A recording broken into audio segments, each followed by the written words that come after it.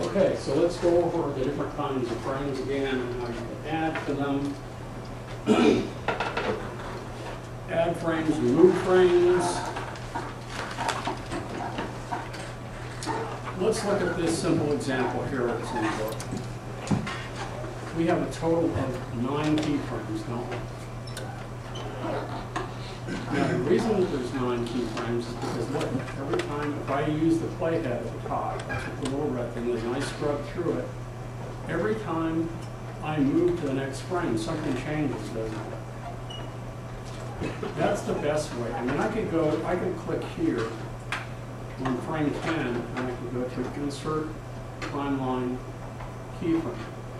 Now, does anybody remember what the keystroke is to insert a keyframe? Right. Okay. What's F7? What's F5? F5, F6, F7. And I'm talking to you like I remember. But you know what? The summer passes, and I don't use Flash that much maybe for the summer, and I forget myself, and it takes me a week or so to remember, you know, to kind of kickstart my brain and to remember. F5 is to add blank. No, just a regular frame. F6 is a keyframe. F7 is a blank keyframe.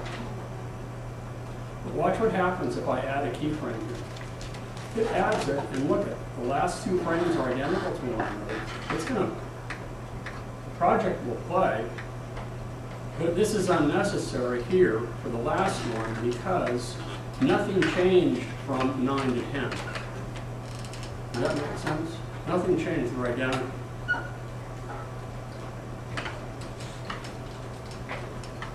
There's no need for it. It just means that this frame now is going to play total of, what is this? It's 12 frames per second, so it'll play total of, yeah. Go ahead, Cindy, and then Ava. Did you insert a keyframe or just a frame? Keyframe. How can I tell? Because it's spelled? Because you see the little dot here, the little black dot. These black dots indicate that this is a keyframe. Now, what keyframes should be used for is to denote a change that's taking place on stage. That's what they should be, but no change is taking place. I can use a keyframe, but it's really unnecessary and it would be confusing because I would look here and say, well, what change took place? Nothing.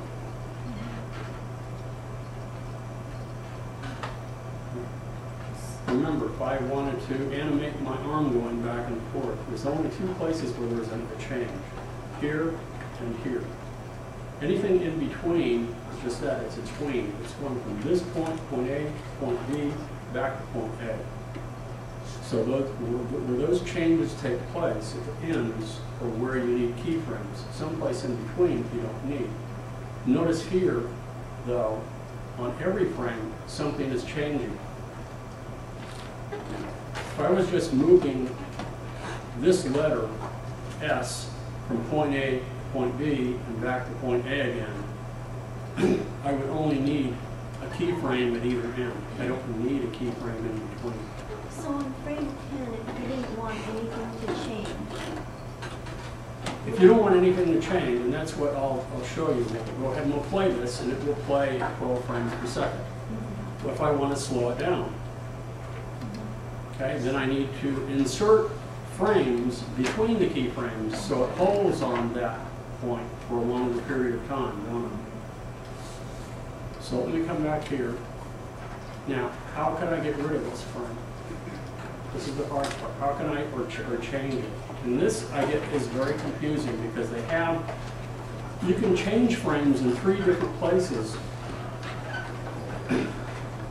in Flash. I can go to Modify, Timeline, and I can tell it to convert to a keyframe. I can clear a keyframe, or I can convert to blank keyframes from here. And later, in a short while, I'll show you how to reverse frames. And on Thursday, we'll distribute the layers, which is another important feature. I can also insert timeline, frame, keyframe, blank keyframe. So that's the second place. I can insert or change the timeline. I can also go to Edit Timeline, and I can cut frames, copy frames, clear frames, remove frames. So for example, if I want to undo what I just did, if I want to remove this frame, I can go Edit Timeline, Remove Frame. Boom, and it gets rid of it. It's gone. Yeah. What's the difference between remove and clear? Okay, let's go back. I'm sure I'm going to undo that. Bring it back. If I clear the frame, all it will do is remove the keyframe. If I go to Edit Timeline and I say Clear Frame, it turned it into a blank keyframe. That's what it does. It turns it into a blank. Mm-hmm.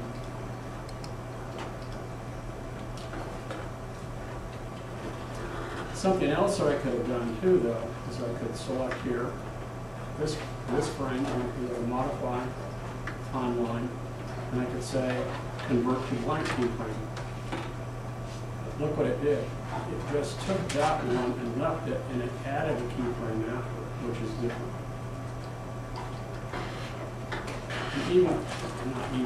I get confused myself sometimes.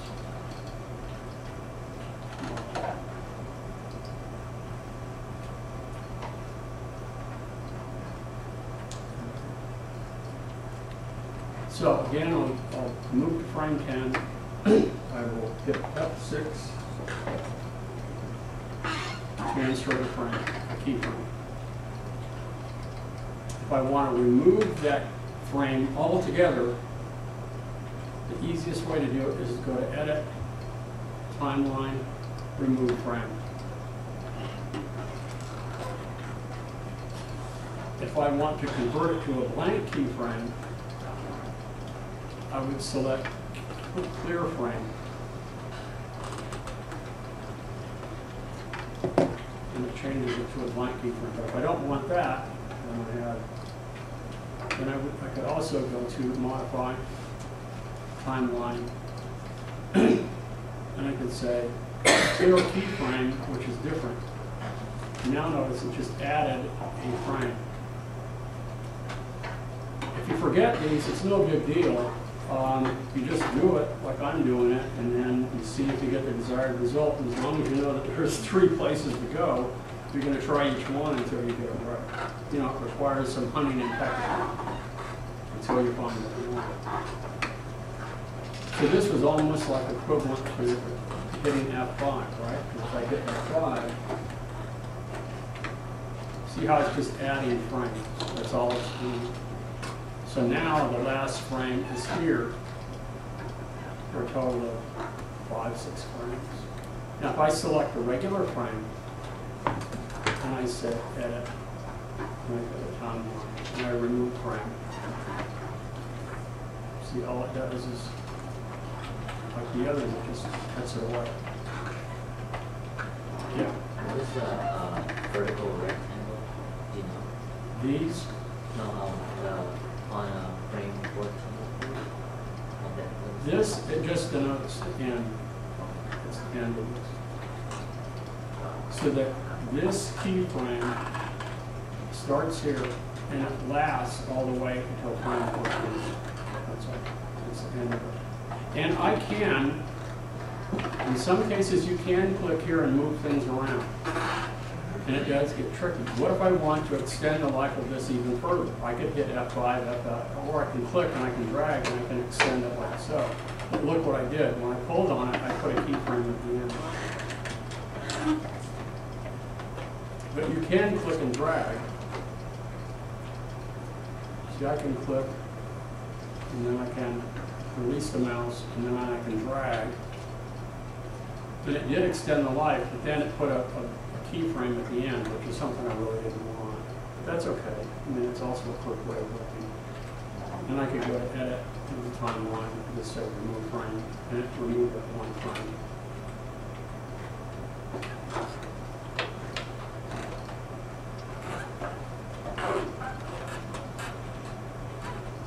So to test the movie in Flash, what do I have to do?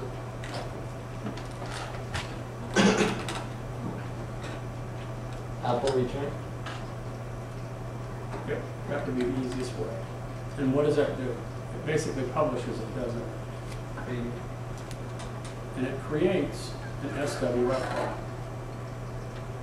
which is the kind of file that we use to upload, put on the internet. And this is what it would look like. Snowball. What did you click to do that? Shift return, Oh, shift. or command return, I'm Oh, sorry. command. Apple return.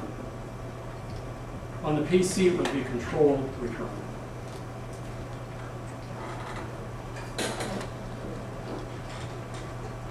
And it plays at a pretty nice rate. But what if I wanted to slow it down? What if I wanted to speed it up? I guess that would be a question too.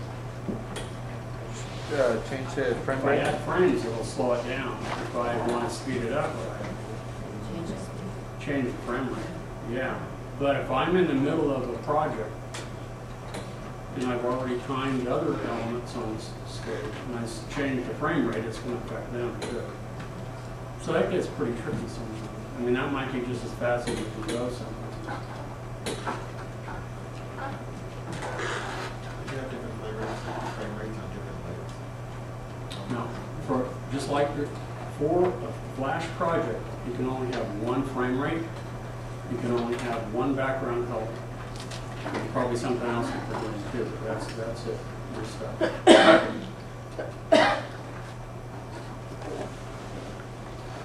So if I want to slow this down uniformly, what I can do is I can click on each keyframe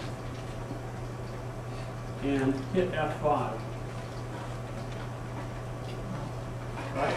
And what that does is it extends the life of each of those objects on the timeline or on the stage.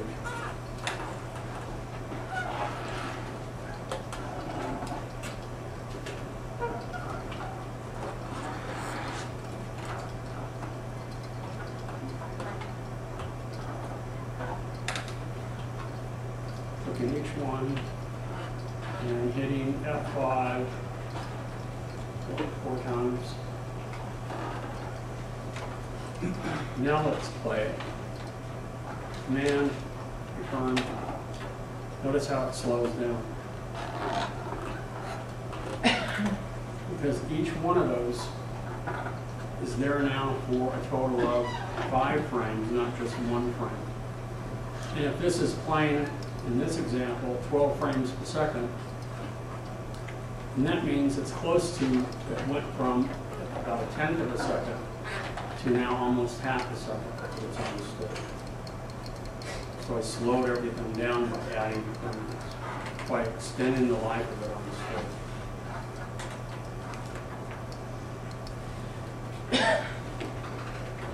Okay. So if you had added a blank keyframe, would that just remove? Add a blank keyframe. Let me add a blank keyframe in the middle. So I'm going to click right here. I'm at 45. I'm just going to click right here. And I'm going to insert timeline blank keyframe. And now let's extend the life of that blank keyframe for 5 frames. So I'll go ahead and I'll hit F5. And now let's play it and let's see what happens. See how everything disappeared? It's just a placeholder. Everything disappears at that point in time for 5 or 6 frames, whatever I have it set at. And then it comes back again.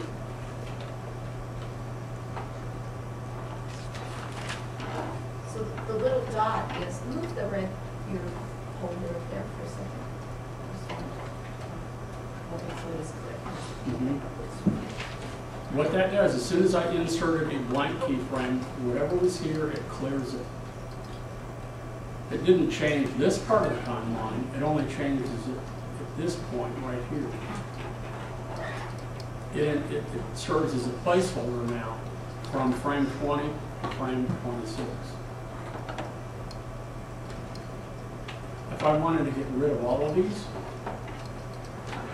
this is where it gets really strange. You have to do it in one fell swoop to select them all.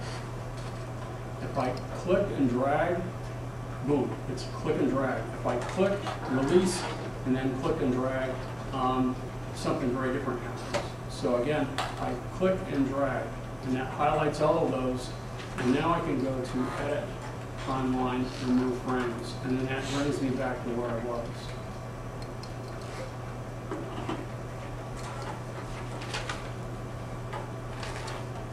Watch, if I click to highlight that frame and I release the mouse and now I drag it, look what happens. It does something very different.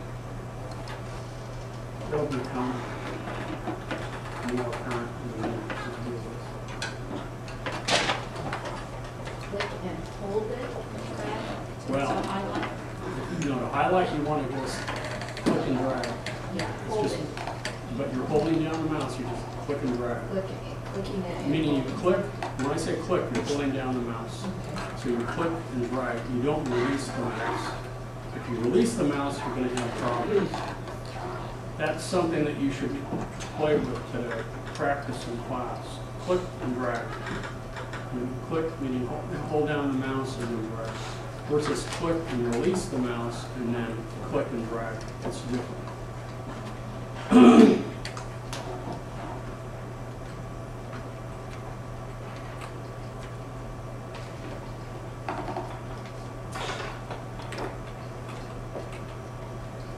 Okay, they have provided for us a little frame-by-frame animation, and by the end of this week, we'll be able to eliminate all of these individual frames, and we'll be able to do a tween from here to here. You won't need all of these keyframes in between. So that automates it. You just designate the starting point, you designate the end point, and then it automatically will tween in between. That's what we want to get to, because it will be a lot easier than doing this frame-by-frame animation. Now, to loop this, meaning if I play this now, watch what happens. The snowboarder slides down the hill, and then suddenly he jumps back to the top again and slides down, doesn't he? Because remember that Flash projects automatically loop, don't they? The only way I could get this to play once and stop is that I would have to add a little bit of action script, and I would put a stop action on there for it to play once and stop and be done. What if I want him to slide down the hill and slide back up again? To loop back and forth. I could, and I want it to be an exact replica of what I have here. I could take each individual frame and I could copy and paste them and go on reverse order, couldn't I? There's an easier way to do it, and this is how you copy frames and then how you can reverse frames. You just copy frame one, like 10 frames Yeah, I could down, take this and then frame between. here, and then I could go to edit, and I could go to timeline, and I could say copy frame. And then I could go ahead and then notice there's a place for paste frame, and then I could go back and I could paste the frame. So you can, just like you can copy and paste objects, you can copy and paste frames as well. There are easier and more efficient ways of doing it. The easier way of doing this is to click and drag to highlight all of these. Another way to do that is just to click once on the layer, and that will also highlight every frame on that layer.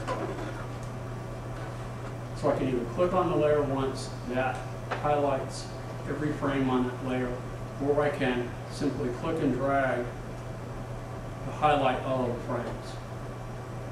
Now what I want to do, and this can be used for two things, I can either move the frames or I can make copies of the frames all in one fell swoop. I want to make copies of these frames. So with all of them highlighted, I can click on one and I can begin, whoops, I can click on one and begin to drag. And as I drag, notice that all of those frames collectively are represented by a little outline of a box, right? Or a rectangle. If I just do this, if I move to here and I release, all I've done is move those, and what is replaced at the beginning where they were occupied is a blank series, a blank keyframe followed by frames. So now if I were to play this, it holds for about a second, and then it plays, meaning it's empty for almost a second, and then it plays. That's not what I want to do. If that is what you want to do, that's how you would do it. So that didn't copy it, it just moved? No, it didn't. It just moved them. So by highlighting them, clicking and dragging, it just moved them. That's all it does. Now I'll show you, I'm going to go back. Now all of them are highlighted again. You click, gotta make sure I do that. Click, hold down the mouse and then drag. All one movement. Click, hold down the mouse and drag. Now I'm going to click and move them, and as I move them, I'm going to hold down the Alt or Option key. And notice that the icon looks a little different. There's a black arrow, but there's a little plus sign next to it. That means I'm copying those frames. So I can scrub through here and it goes through.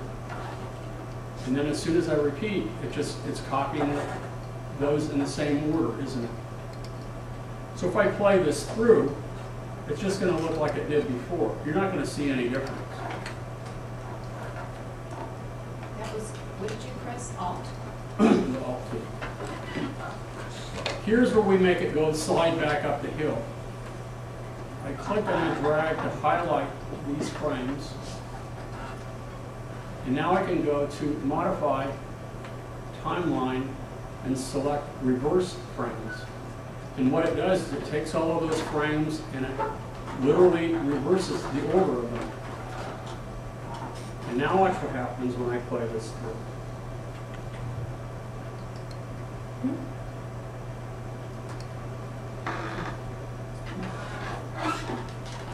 Make sense? So there's efficient ways of working and inefficient ways. And this would be an efficient way to work. Just select them all, click and drag to move them, and then hold down the Alt or Option key to make a copy of them. And then with all of them highlighted, you select Inverse under the Modify Timeline menu. And it literally inverses all of those frames. Inverses the order.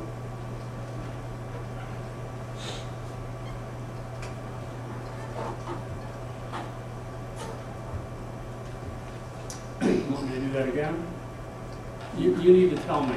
Yes. If everybody's okay, then I'll move on. If you're not,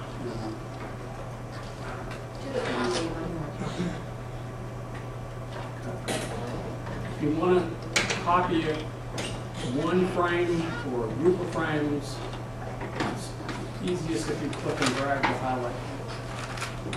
Then I move on top of, I've released the mouse. Now I click and I drag, and as I'm dragging that box, notice in the lower right-hand corner of the arrow, it's just a black dot or a white dot. But as soon as I hold down the Alt key or Option key, notice that I see a plus sign. That means I am now copying those frames as I move them. And now when I release the mouse and then release the Alt key, all I've done is make a copy of this first group of frames.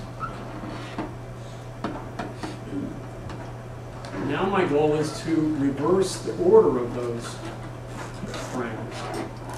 I could move them by hand. I could have copied each one and pasted them individually.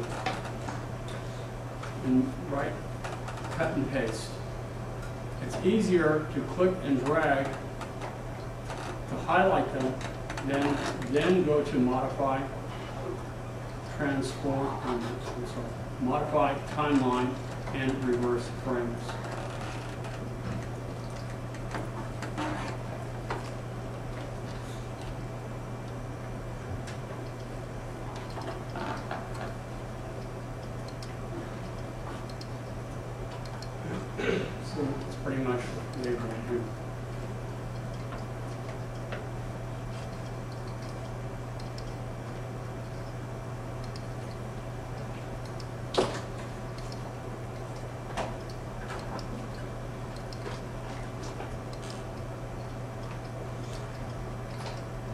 to move on.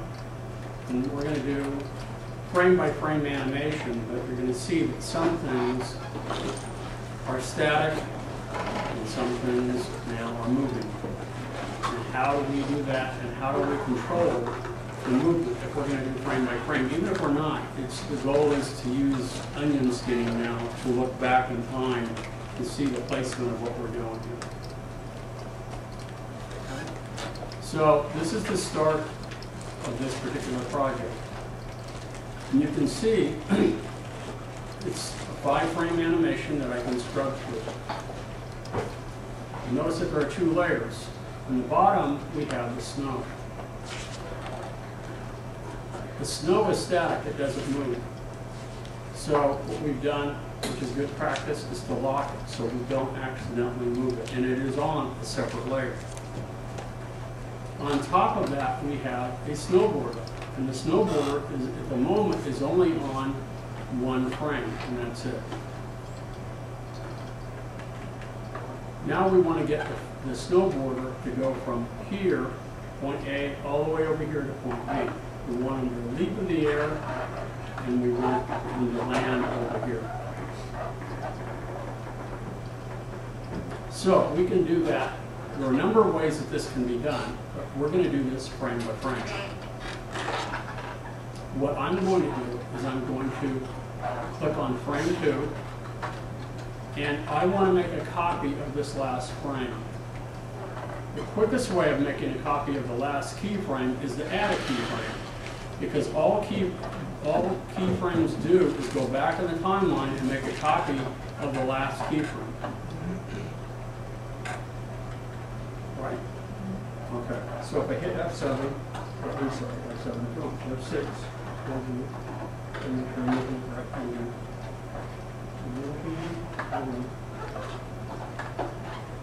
Make sure that this is selected. There we go. Hit F6. And all that did was make a copy of the previous one. But I want to begin to move this guy across, and I want to see where I'm going here. So what I can do is I can click on this little button called Onion Skin.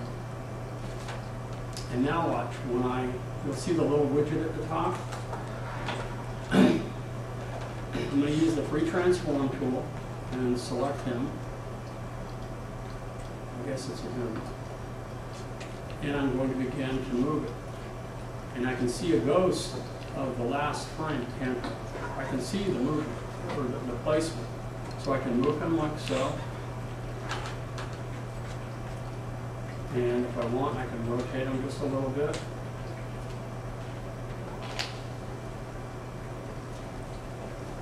Move it down maybe a little bit. Because I want to get a pretty nice curve is what I'm going for here. Nice arc that he's going up the hill and he can curve over. Does that make sense? So what this does, the onion skinning, this little button allows me to see back in time so that I have reference. And I'm using the free transform tool to move and to rotate. If I wanted to resize, I could do that too. Now I'll go to the next frame, and I'm going to repeat that process. I want to take this frame, this keyframe, and make a copy of it. So to make a copy of it, I insert a new keyframe, and by inserting a new keyframe in the next frame, it just goes back in time and makes a copy of it. And then I repeat that process. So I get F6. And with the free transform tool, once again, go ahead and remove it. So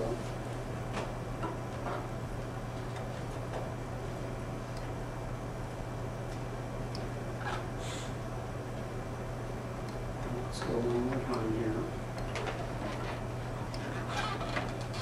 Notice that it's only going back a couple of frames. If I click on that widget and pull back, I can see all of them. If I pull forward on the widget, I can just see a couple of frames. It depends on how many. You really don't need to view any more than 5 steps back. F6. Move it forward a little bit. Rotate it a little.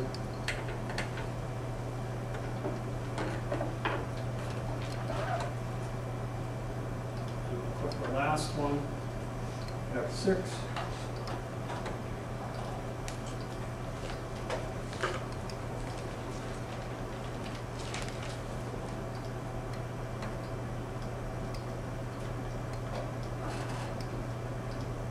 I don't need the free transform tool anymore.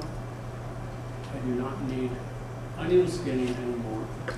Although I can, if I want to see the movement that I've created, I could stretch this through here. Maybe I decided that, there's a bit of a gap here. Maybe I want to move them, and I could go back in time and I could adjust it and see all that. But I'm just going to leave it. Yes. If you had pressed F5 instead of F6, would you be able to do the same thing, move it and change it in free transfer? No, wait, no. It just If makes a copy. you do that, does everybody understand the question? If I hit F5 instead of F6, F5 would just take a copy of that for me. Okay.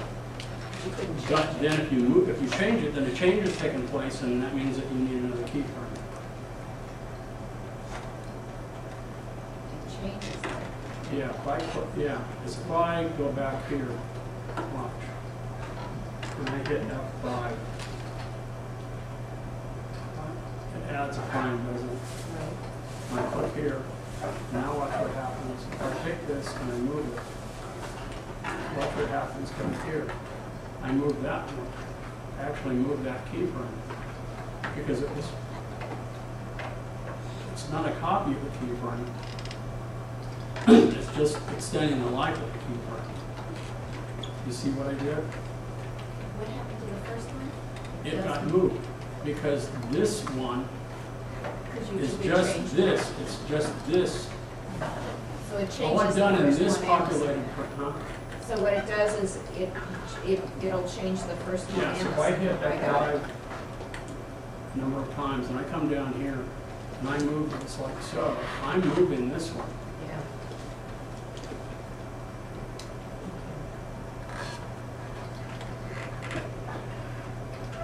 Now let's play it and we'll see how smooth this animation is. It's not half bad. It's frame by frame. Tween, when you do automatic tweening, it's better.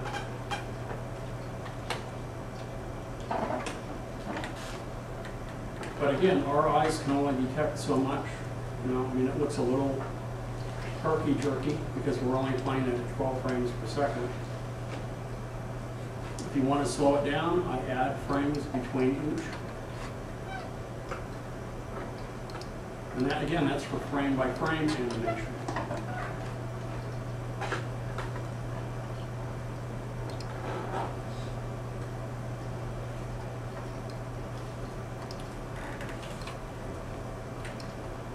This is the final one that they made. They made a little bit more abrupt. And that's okay. Again, when you look back in time, you can see how they changed. So this is the movement that they made.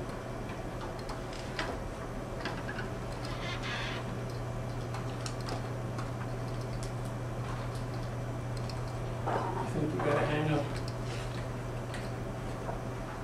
the different kinds of frames and moving frames and copying frames and ready to go on to shape twins.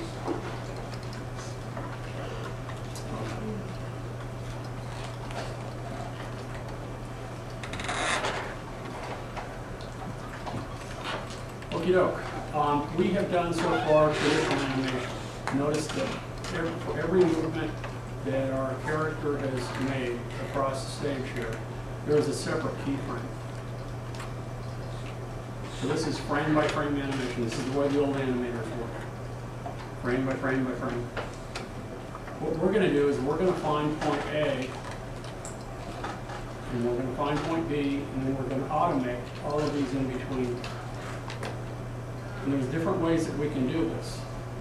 And we're going to start by using something called a shape tween. And then next week, we'll probably, maybe even Thursday, we can move on to symbols.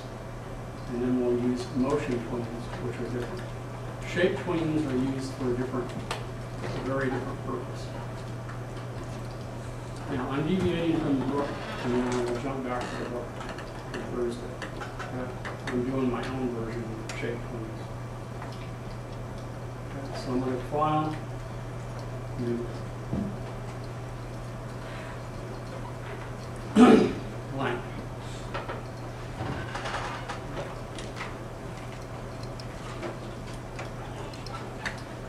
Shape twins can only be used between two shape objects.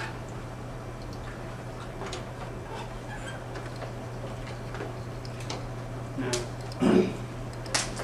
I can simply have an object move from point A to point B, or I can actually morph an object over time. And what does that mean? Let's come back up here and let's pick a simple oval. And I'm going to simplify things. Let's make it red. And let's make the stroke none. And I'll make the circle here.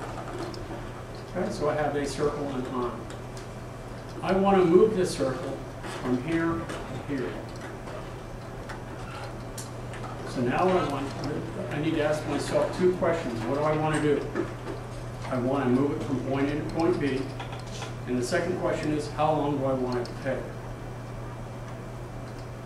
I'm going to use the 1 second rule, and in this for most of our demonstrations, and I'm going to go ahead and I'm going to change, for our class, I'm going to change to 20 frames per second.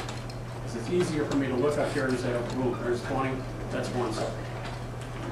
So to move this in time, the easiest way for me to do this is to actually insert a keyframe here. So you'll see, I'm going to go ahead and here's my first keyframe. If I insert a keyframe here, it simply makes a copy of this keyframe. So I'll go ahead and I'll hit F6, and notice it extended the life of this. So actually, this ball is just sitting here on the stage at this point in time for a second. It doesn't move anything. It doesn't. Nothing happens, it just sits. But I can click on frame 20, and now I can move this over here. And if I were to play this, it would jump back and forth. That's all it would do. So let's do that.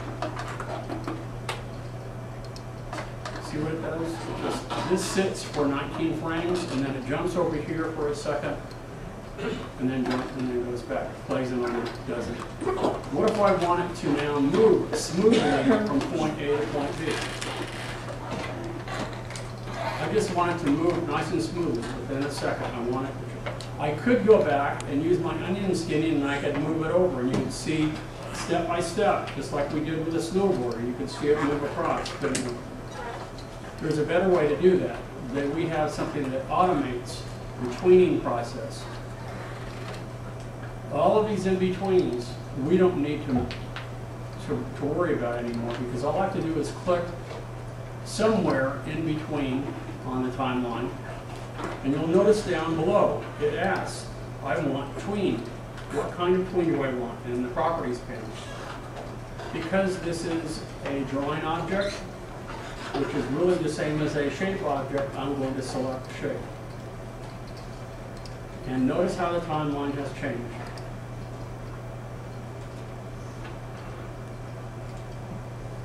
All of the frames have turned a light green. There is an arrow pointing to the right, and it is a solid arrow. This tells us two things. One, because it's green, it tells me that it's a shape tween. And number two, because I have a nice solid arrow, it tells me that the tween works. And you'll notice that suddenly the ball is in the middle of the stage now. And when I scrub through here, it moves smoothly back and forth. So now when I play this, command, return. Question? I'm sorry, can you explain again how you entered the whole keyframe? Say it again. Can you explain again how you How I added the keyframe? yeah, like you see the last part is to just I simply clicked on frame 20. That's where I want to add the keyframe. I want this ball to go from point A to point B in 1 second. right. So I clicked on frame 20. I'm playing it at 20 frames per second. Insert timeline, keyframe, or I hit F6. Now, at this point in time, I simply move this over. Boom, boom. But it's just jumping back and forth. I want it to smoothly transition from point A to point B.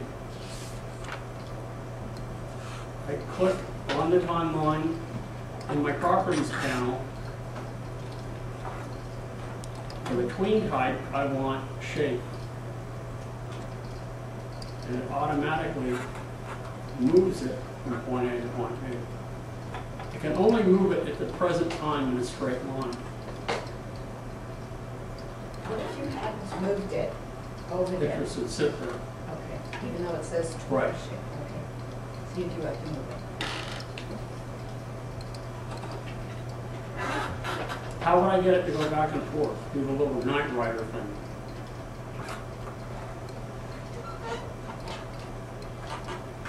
Just what we had done before. Watch. I click and I drag to highlight all of them.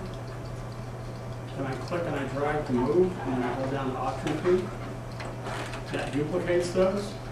Then I go to Modify, Timeline, Reverse Frames. And now it will go back and forth.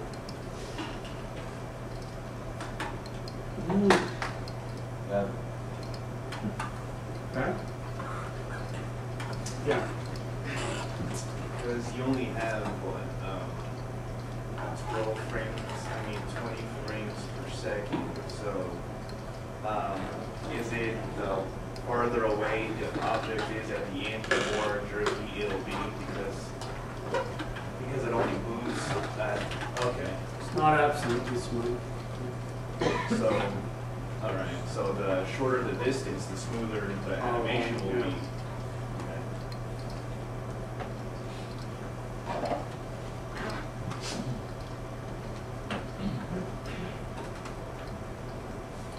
Now, the real power of shape tweens is not this. We will probably use motion tweens and symbols for this.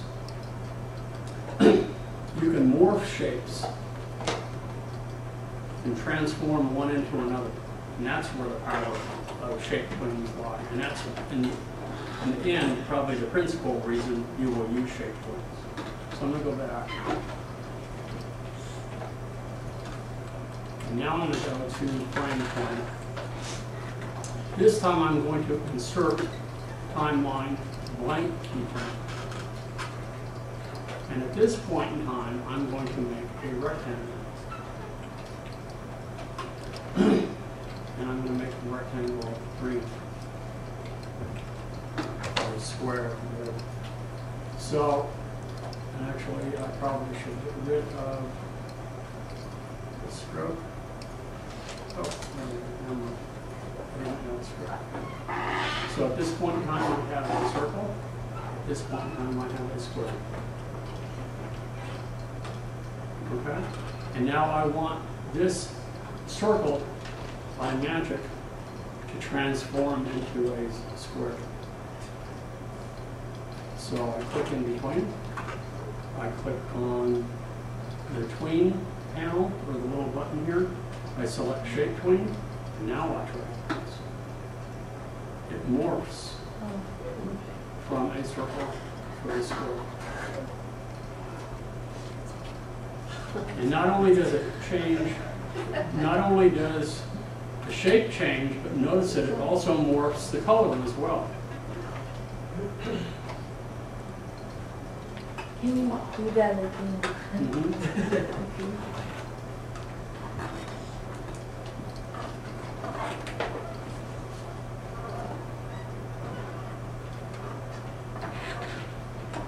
Let me do one better than that.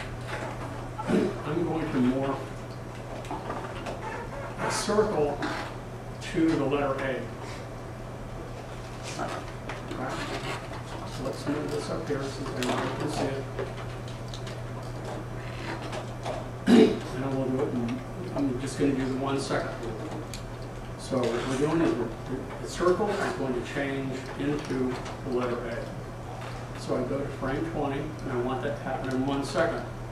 So I go to frame 20, and I insert timeline blank keyframe. What do I want a blank keyframe instead of a keyframe?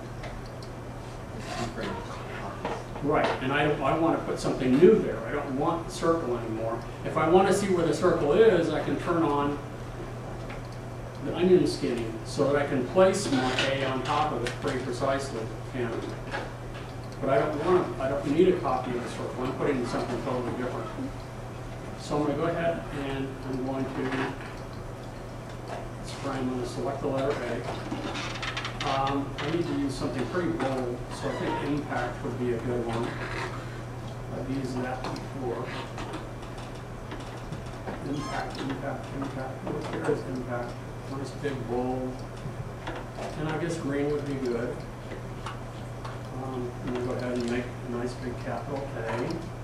And let's go ahead and highlight this and increase it so that it's pretty good size here. Probably make it even bigger.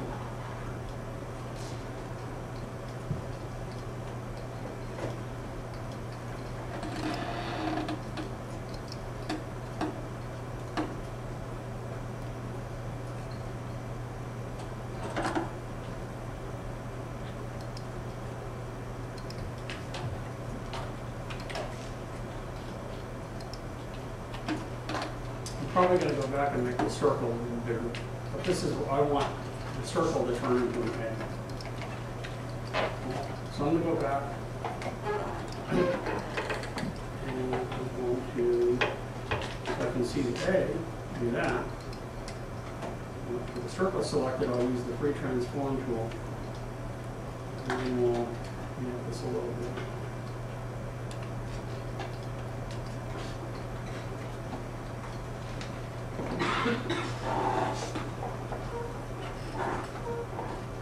I'm using my arrow keys to move it over. Turn off onion skinning. And now I want to morph one to the other.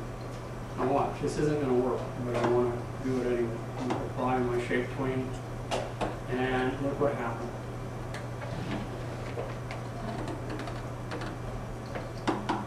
I was thinking it was going to transform, didn't I? I can see that something's wrong here without even playing it. The green indicates that I've applied a shape tween, but notice that it's no longer a nice solid arrow. It's a broken line, which means that something is wrong. I've either used the wrong type of tween or there's just something wrong with it, so I need to now troubleshoot and I need to figure out what's wrong. The problem is that type is not a shape. It's an editable object. I can change that though.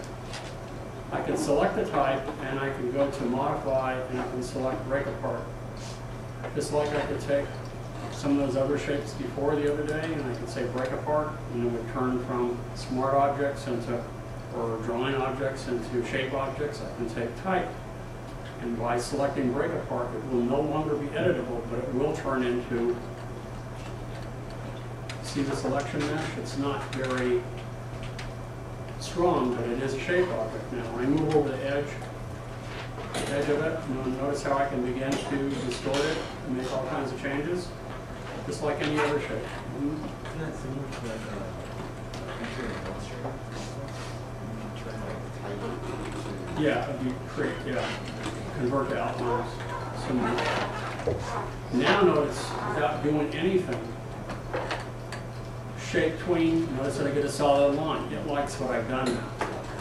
It may not be perfect, and it isn't. It's not tweening the way I like, but that's okay. I mean, it's a start.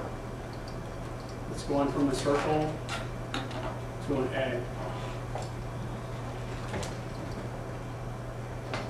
There is a way that I can somewhat control the tween. And I can control it by adding something called shape hints. Because remember, each of these shapes are defined by mathematical formulas. And so what it's doing is it's trying to combine the two. And it's what you want to do is, if I'm picking, this finger here, this anchor point, I want the like anchor point over here to combine, so that they all mesh together. And it doesn't automatically do that, so especially when you're combining different shapes. So what I'm going to do is I'm going to introduce something called shape pins. Select frame 1, and I'm going to insert timeline, modify, where are you? Shape, add shape pin. There we go. Modify shape, add shape pin. Shift Command H. And notice what it does. See the little A right in the middle? If I go down here, there's a little A right in the middle, the little red dot. What I want to do is I want to now try to match like point for like point. So I'm going to take this one and move it to the top. I'm going to click here and I'm going to move it to the top. And when I do, this should, and it didn't, this should turn, let me pull it off.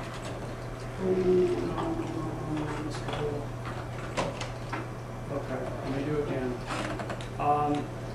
Modify, shape, add shape in. There we go. Oh, why did you do that? Now we have B, A, and B. Okay, let me click on here. Make sure this is selected. And select A. And what you have to click on B. And put it back in place. See, it's not working. I can tell because it should turn to green. I'm going to go ahead and I'm going to go to modify.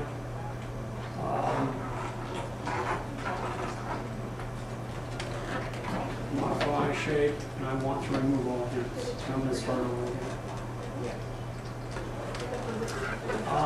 Another thing that I'm going to do too is I'm going to go back to this, and it's a smart object. I'm going to break apart this too, just to be on the safe side. Did the timeline turn green because there's a tween? Because it's a shape tween, yes. The first frame selected, modify, shape, add shape in. By default, it puts it right in the middle of the object. And I'll click on here and move it to the top. Click here, and then I'm hoping that when I move this to the top, boom, turn green. That's what I want. When the red, it means that the shape hint isn't working. When it's green, it lets me know that the shape hint is working. And look, it is working a little bit better. Notice how it morphs a little bit better now between the two? I don't get what a shape hint is. A shape hint is allowing me to control how the object morphs from one to another. Before it was looking pretty, let me play this through now. See how the shape is now a little bit more controlled between the two? Let me try to refine it one more time. You don't want a gazillion of them, you only want a couple of them. I'm going to try to get it to improve one more time. And then I will remove them all, and then we'll compare. So you can see without shape hints and with. Sometimes you will need them, sometimes you won't. The shape hints allow you to control when one shape morphs to another. And this is where shape tweens really are that powerful, where you're going, you don't have to do type, it can be anything. But to morph one shape to another, and you can really get some interesting things going on when you use shape or shape tweening. Some really interesting transformations. So to add an additional one, I go back to modify shape, and I'm going to add another shape in, and now it adds B. So I'm going to take this one and move it down here. Why am I moving it down here? Because I know that I have an A at the corner, and that's looking pretty good. See how with each successive shape hint, it's improving. I don't think I can really improve on this, adding another, but it helps. It's a nice, smooth transformation from a circle to an A. If I want this to be slower, I can take that, let's move it to frame 40. I've extended the life of it. Now let's play it again.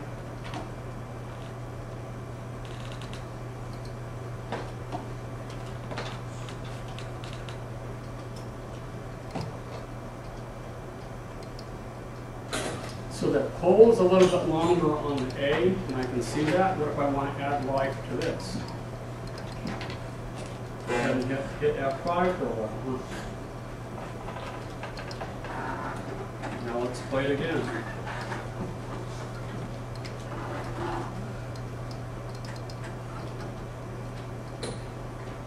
Now I get a nice transformation from a circle to an A. Also notice that it transforms or morphs the color from a red to a green, and because red and green are complementary colors, in the middle of that, when you mix red and green together, when you mix yellow and purple or violet together, when you mix orange and blue together, you get brown. There are different kinds of brown. How come it doesn't show the green line all the way to the end? Say again? Why doesn't the arrow and the green? Because it's not morphing any longer. It stopped, and all I did was I took this keyframe here, this A, and I extended the life of it. Okay. So it Just help it holds last. a little bit longer. That's all. Okay. But notice how, I'm changing, how I can change it. Now watch what happens when I come back here, and I remove all the shape hints. So let me play it again and watch how it transforms in pretty nicely from the circle to the A.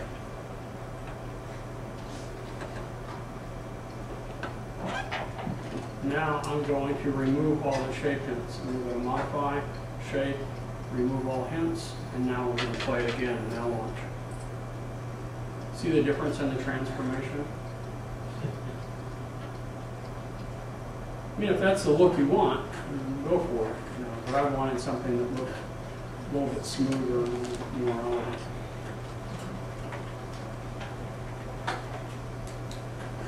My time in my video is about up, but I can continue to, we can try a couple more morphs with shape hints, and then I want you to come back and complete the exercises in lesson 4, and then if you want, we can move on to chapter 5.